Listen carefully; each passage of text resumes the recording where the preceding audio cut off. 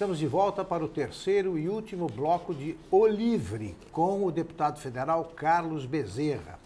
Deputado, o senhor dava exemplos aí, alguns exemplos que me levam à conclusão de que será muito difícil conseguir que os representantes dos diferentes partidos se unam para em torno de reivindicações favoráveis a Mato Grosso, em tão curto prazo. Isso não vai acontecer.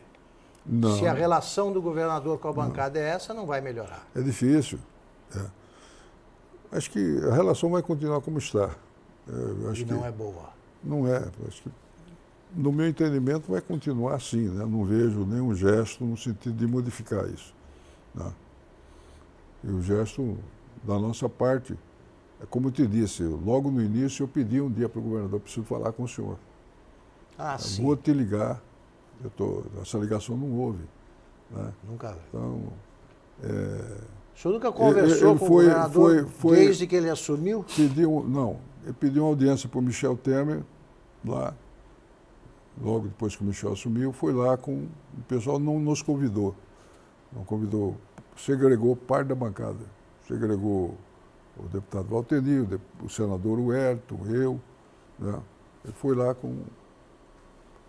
quando ele sabe da ligação nossa com o presidente da República, da amizade, do companheirismo, né? E que talvez eu pudesse ajudar muito numa audiência do governador do Estado, né? com o presidente da República. Né? Então, a conduta é essa. Houve recente uma posse do Manuel Pinheiro, na prefeitura. O chefe da Casa Civil fez questão de citar os ex-governadores do Estado que estavam lá, né? E me excluiu da citação. Parece que ele fez essa citação só para dizer para mim, eu estou te excluindo, estou te discriminando. O senhor guarda mágoas desses episódios? Não guardo mágoa nenhuma. Eu só fico triste com isso, porque esse pessoal está no comando do Estado, numa posição muito importante, estratégica, para o nosso progresso, para o nosso desenvolvimento. O Mato Grosso é um estado cheio de problemas, entendeu? Problemas graves. Né? Se juntar todo mundo, ainda não dá conta de resolver. Se nós tivermos dividido, muito pior. Quer dizer, o senhor conversa muito mais com o presidente da República do que com o governador? Sim, sem dúvida nenhuma. Com o presidente, com o presidente eu converso a hora que eu quero. Vou à tardezinha lá na sala do gabinete dele, olha, quero falar com o Michel, eu entro na sala e falo com ele. Me recebe, sem marcar audiência. Né? Tenho conversado com ele assim. Sempre lá vou no final da tarde, à noitinha, aviso a chefe de gabinete dele, a Nara, quero falar com o presidente. E ele arruma um jeito de arrumar uma brecha lá, eu entro e converso com ele o que eu tenho que conversar. Né? Aqui é um pouco mais difícil. Por favor. Agora, deputado, tem uma história que eu considero muito curiosa, década de 60.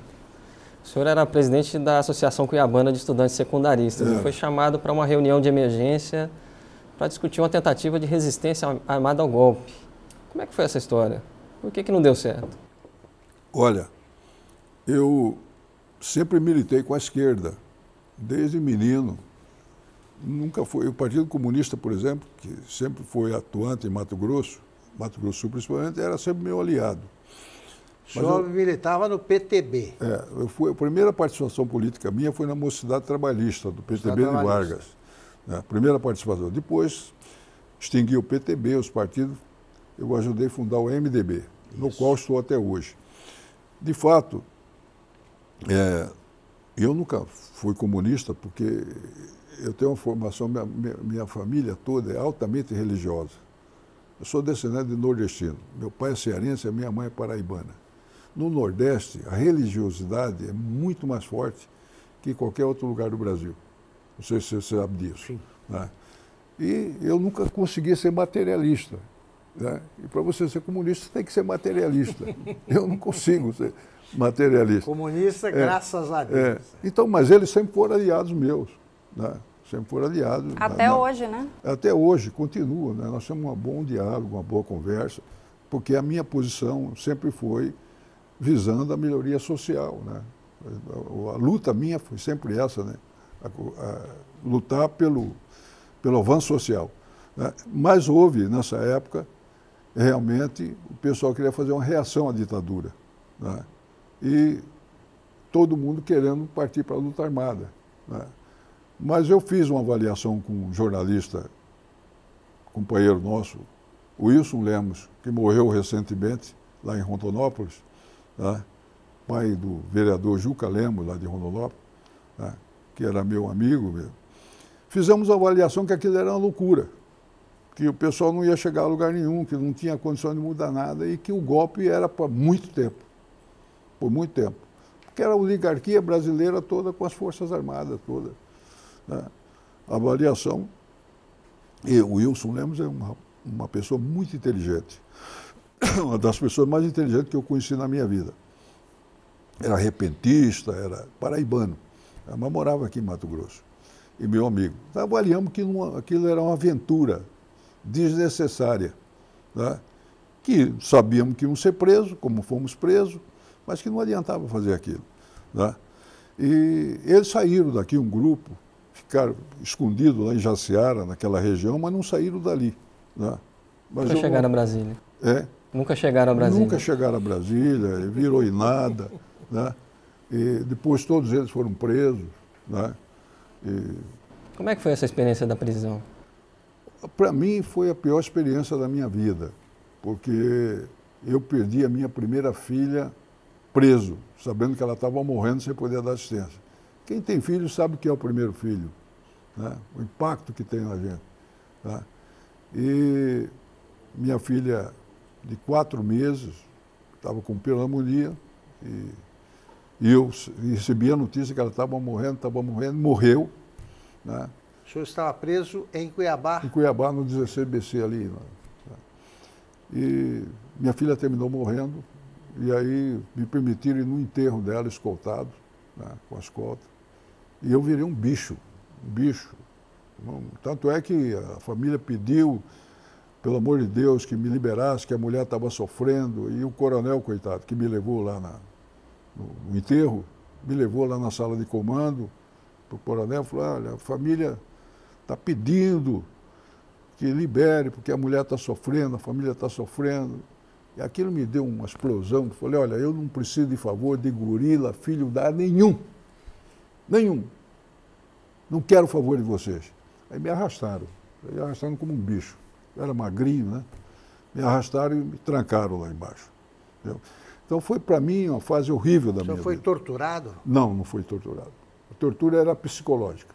Perfeito. A tortura botava você numa mesa e revezava. Vinha um, passava ali, você passando fome, sede, indagando. Repetindo perguntas. A minha sorte, que eu sou muito frio nisso, aí eu vejo a questão da delação. Muitos amigos meus, íntimos, colegas, para sair e agradar os militares, inventaram mentiras, inclusive contra mim, mas 5 vezes.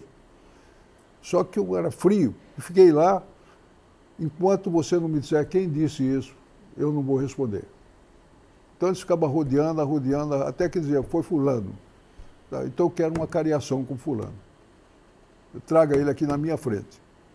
Um companheiro nosso estava pescando na beira do rio Cuiabá, foi preso novamente e veio para... Como é que é? Você deu essa informação? Aí o cara se desmanchava todo. Desmentia a informação que ele tinha dado. Quanto tempo o senhor ficou preso? Fiquei preso 40 e poucos dias. 40 e poucos. Porque não tinha nada contra mim, eu não tinha processo nenhum, não tinha, entendeu? As acusações todas, as mais graves, que eram mentira de companheiros nossos, eu fiz a cariação com todos eles. Eles eram obrigados a chamar e botá-los na minha frente. E eles desmentiam. Mas se eu não faço isso, eu teria sido, pelo menos, processado, né? Porque naquela época falavam que a gente ia ser deportado, ia ser fuzilado, falavam tudo, né? Mas, com certeza, depois o procurador federal denunciou meio mundo e eu fiquei excluído da denúncia. Agora, o senhor estabelece alguma ligação, como costuma fazer a parte da esquerda, do PT, entre esse tipo de delação E a delação premiada, que foi amplamente popularizada pela Lava Jato? Eu acho que eu tenho dúvida com relação à delação de quem está preso. Tenho muita dúvida. Né? Mas em liberdade alguém vai falar? Não fala. Fala porque você tem um processo, né, grave em andamento e você quer diminuir a pena. Você quer... nos outros países do mundo tem. Nenhum país do mundo, só o Brasil, que adota a delação preso. Qualquer país democrático do mundo, você faz a delação mais solto. Né? Eu vivi isso, estou te dizendo. A Itália fez, houve delações de gente presa, não houve? Na Itália não, de gente solta. Não há nenhum país democrático do mundo que tem delação com gente presa. Só no Brasil que há essa anomalia. Eu acho que a delação, porque o cidadão que está sendo processado num processo grave, né, desse, que a pena é dura, né, certamente ele vai querer colaborar com a justiça para melhorar a vida dele. Né? Agora, ele preso, ele é coagido, ele é obrigado a falar. Estou te dizendo que comigo houve 5 casos de meus colegas, meus amigos. Mas ali a barra era pesada, né? Não, mas barra pesada, era tudo bem, mas né? ele mentir para agradar os militares e me culpabilizar, pô, né? E eu vivi isso. Eu não sou gelado como eu sou, porque eu tenho esse predicado, graças a Deus. Nas horas de maior perigo, eu sou mais frio, mais racional. Quanto maior o perigo, quando todo mundo apavora, eu sou frio e racional. Entendeu? E eu nasci assim, sou como a Gabriela, nasci assim, cresci assim, vou morrer assim. Então, eu, menino ainda, era garoto, né? Mas fui frio, gelado e enfrentei os militares.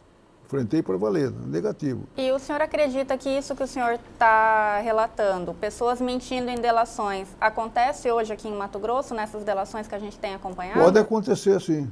Pode acontecer. Sem dúvida nenhuma. O senhor acredita que acusações feitas contra o ex-governador, por exemplo, podem ser mentira? Alguma coisa assim. Eu não conheço os detalhes, porque essas investigações a gente não sabe delas, né? A gente ouve falar alguma coisa pela imprensa, mas tem muito mais coisa que não está revelada na imprensa. Né? Eu não posso te pontificar isso porque eu não conheço profundamente o assunto. O senhor mencionou que tem que apurar tudo o que aconteceu durante o governo do Silval, né? Então, o senhor defende que não só do governo do Silval. E o governo atual também. O senhor defende que o ex-governador ele seja punido, que essas prisões preventivas dele estão corretas? A prisão preventiva, não. Não existe prisão preventiva. Aliás, é um voto, até que eu não li ainda, de um ministro do STJ essa semana, né? A respeito disso, criticando esse tipo de prisão. Eu vi um voto... Que é a prisão temporária. Né? Não, prisão preventiva. Não, porque a preventiva tem uma data para... Tem, mas essa prisão delas... prazo para terminar. Um desembargador aqui do tribunal fez essa crítica recentemente. Eu vi na imprensa o voto dele. Se não me engano, Perry. Desembargador Perry. O ministro Gilmar Mendes do Supremo falou alguma coisa sobre isso recentemente. E agora, essa semana, eu não sei o nome do ministro, eu não li, parece que foi terça-feira, num julgamento lá no STJ, um ministro falou sobre isso, sobre o abuso que está se cometendo, abuso de autoridade. O senhor vê abuso contra o advogado Francisco Fayad, que também foi preso? Sem dúvida nenhuma, monstruoso. O Fayad é um profissional aqui conhecido em Cuiabá, atuante há muitos anos, é líder dos advogados aqui, foi presidente da OAB, né? Não tem razão para essa prisão do Fayad, nenhuma, no meu ponto de vista. Né? Então, o próprio judiciário está mudando isso e vai mudar.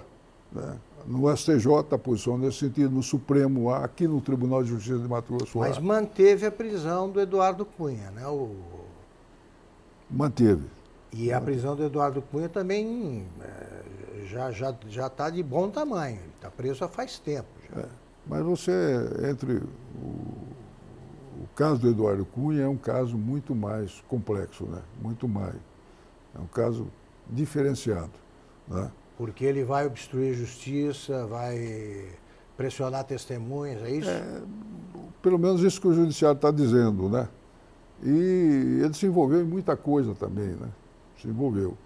Diferente, como diz, do caixa 2 de campanha, parece que a coisa foi além do caixa 2 de campanha, né? O caixa 2 de campanha, a gente tem que repensar um pouco isso, porque é parte da estrutura política brasileira vigente há muitos anos, né? A prática é essa. Já é comum? Já é normal? O problema é que todo o dinheiro saiu dos desvios feitos pela Odebrecht, né, nesse caso. Mas muita gente nem sabe de onde veio o dinheiro. Muita gente não sabe de onde veio o dinheiro. Recebe e não sabe, né? Isso é muito relativo, né? Eu acho que isso está sendo bom, porque está botando às claras a coisa pública brasileira. Exato. Como também vai ensejar, eu acho que, como eu já disse no início, uma nova política, uma nova reforma, uma mudança na política brasileira. Uma lei, né, tratando dessa questão de financiamento de campanha, né, normalizando isso. E quando o senhor cobra que as investigações sejam mais claras, cobra que seja investigada a situação do Williams Michur, que foi pego com 1 milhão em dinheiro vivo no ano passado, já no governo Pedro Táxi, cobra que sejam apuradas irregularidades que foram, segundo o senhor, apontam para o atual governo, é porque o senhor não vê empenho das autoridades em apurar o que está acontecendo no atual governo? O senhor acha que eles estão mais empenhados em apurar o que ocorreu no governo do Silval? Para minha surpresa, eu vi defendendo o governo na imprensa. Você deve ter acompanhado as declarações, tanto do Ministério Público quanto da juíza que cuida do caso. Entendeu? O que é uma coisa inusitada, né? De defesa mesmo, que aquilo é uma coisa mínima, pontual, que não tinha nada a ver, que mais ou menos por aí. Né? Para nossa surpresa. Né? Quando eu acho que o magistrado não pode estar fazendo declaração desse tipo, né? Muito menos fazendo papel investigativo e tudo isso. Não é função do... A qual magistrado o senhor se refere? Não, eu digo que é o magistrado de um modo geral. Falando em magistrados, deputado, o então juiz federal Julier Sebastião da Silva desistiu do cargo, deixou o cargo na expectativa de ser candidato a governador do estado pelo PMDB. Isso não ocorreu.